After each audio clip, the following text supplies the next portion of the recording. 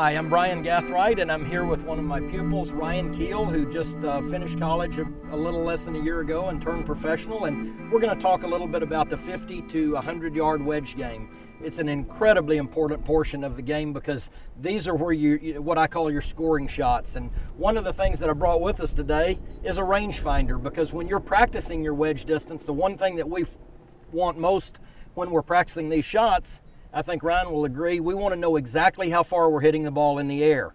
And I've already lasered this, and we're at 50 yards right here. And as we approach these different distances, you always want to know exactly how far you're hitting the ball in the air. So one thing that you can do, if you don't have a laser, I'd encourage you to get one. If you can't come across one, we'll certainly step it off and know exactly how far you have to carry that golf ball. That's the key to this, is your distance control. Once we get inside 100 yards, you're not going to hit the ball very far offline. Even higher handicap players usually hit the ball reasonably on line toward the target from this distance. However, they really struggle with distance, and one of the strength of any golf professional is being able to control the distance of their shot.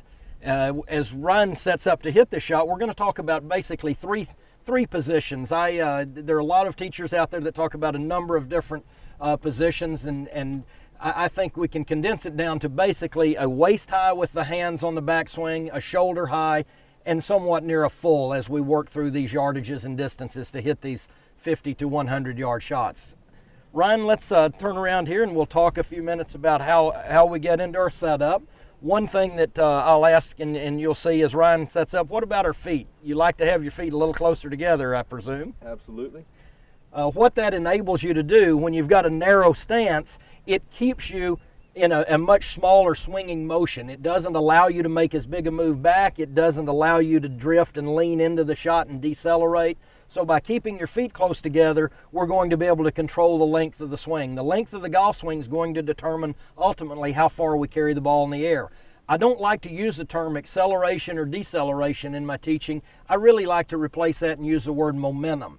When you take the club back, say when I have Ryan hit this shot in a minute, he's going to take it back to about waist high with his hands, and the momentum of the swing is going to carry the club through the shot. He doesn't have to try to accelerate the hands, doesn't take it back too far and try to decelerate. We simply set the length with the length of our backswing. So narrow feet, fairly square with our body. I like for our feet, our hips, and our shoulders to be nice and square to the target line. I don't want you to be real open or real closed. That causes us to swing the arms either away from our body or across our body line.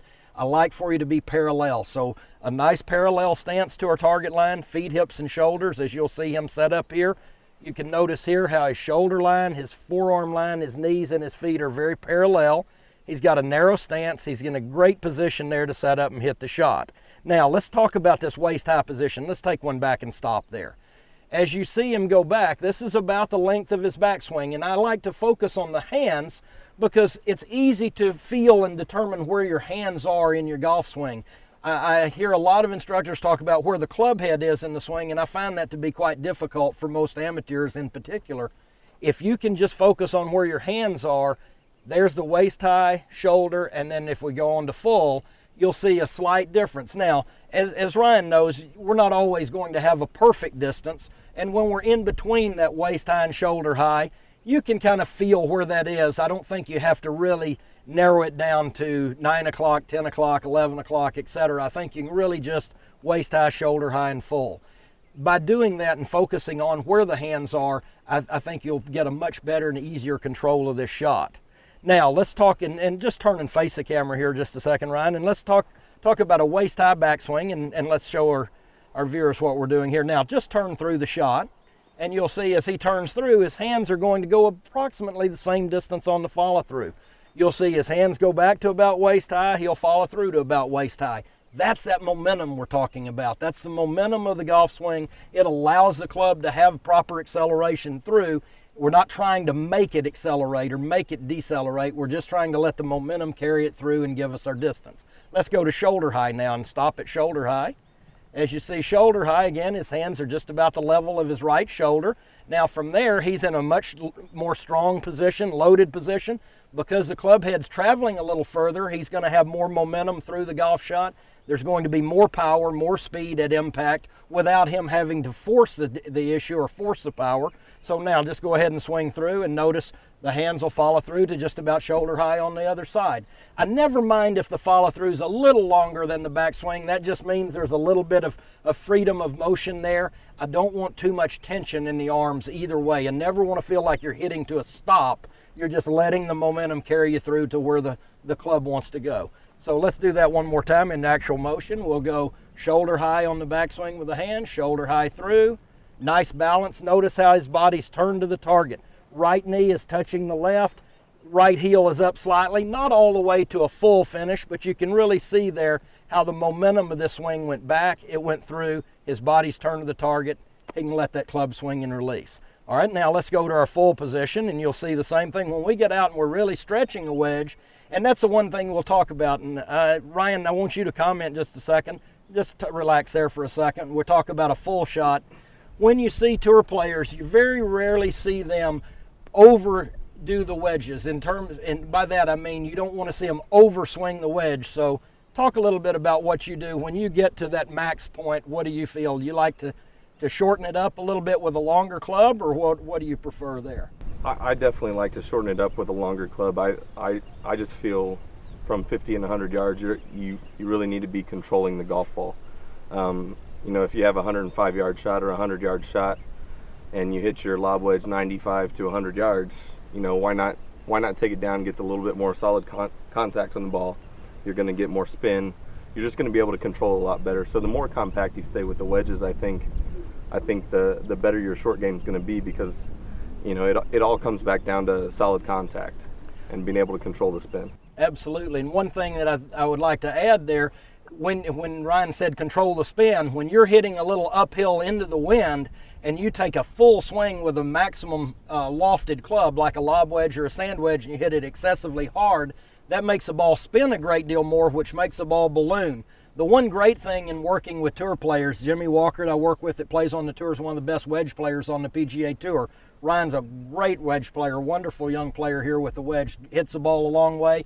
But if you hit it a long way and you don't have a good wedge game, sometimes the distance can always end up being a negative for you. And both those guys are great wedge players because they control the spin. And the difference that I see in working with tour players is tour players hit wedges lower and long irons higher than most amateurs. And no, I didn't get confused in saying that, because most amateurs hit long irons low and wedges really high and spinny.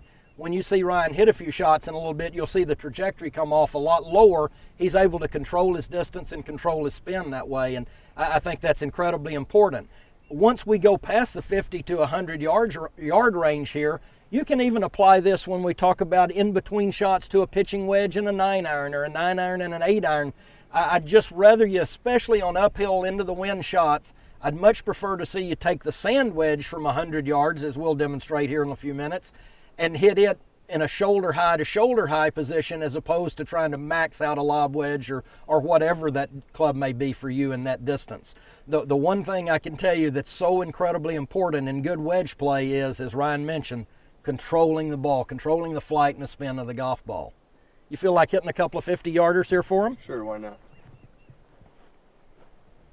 As you'll see, Ryan's going to go about waist high to waist high here. You'll see his routine. He gets in there, takes a couple of practice swings. Now we'll just go 50 yards, back and through. Perfect distance right there. Beautiful shot. Let's try one more. As he's hitting the shot, I'm going to have him now adjust the ball position just a little. Turn and face the camera just a second, and we'll talk about this. We're going to flight this ball down just a little lower. So go ahead and set up normal, and then we'll show him how a normal position, just between the feet. Notice how narrow his stance and feet are there. Now let's talk about flighting one down. We'll move the ball back, just a couple of ball widths, and just inside the right heel there. All right, now let's turn around and let's hit one a little lower in this time, okay? We're going to simulate this as a shot where we're hitting into the wind, and you'll keep the flight down just a little. Perfect. Great distance control, perfect trajectory right up by the pin. Beautiful golf shot there. I really like what you're seeing here with this, and it's a very easy and rhythmic swing. Notice there's not a lot of quickness or acceleration in his motion. Very much that momentum we were talking about earlier. Let's move back now, and we'll go to around 75 yards and talk a little bit about the shoulder high to shoulder high swing.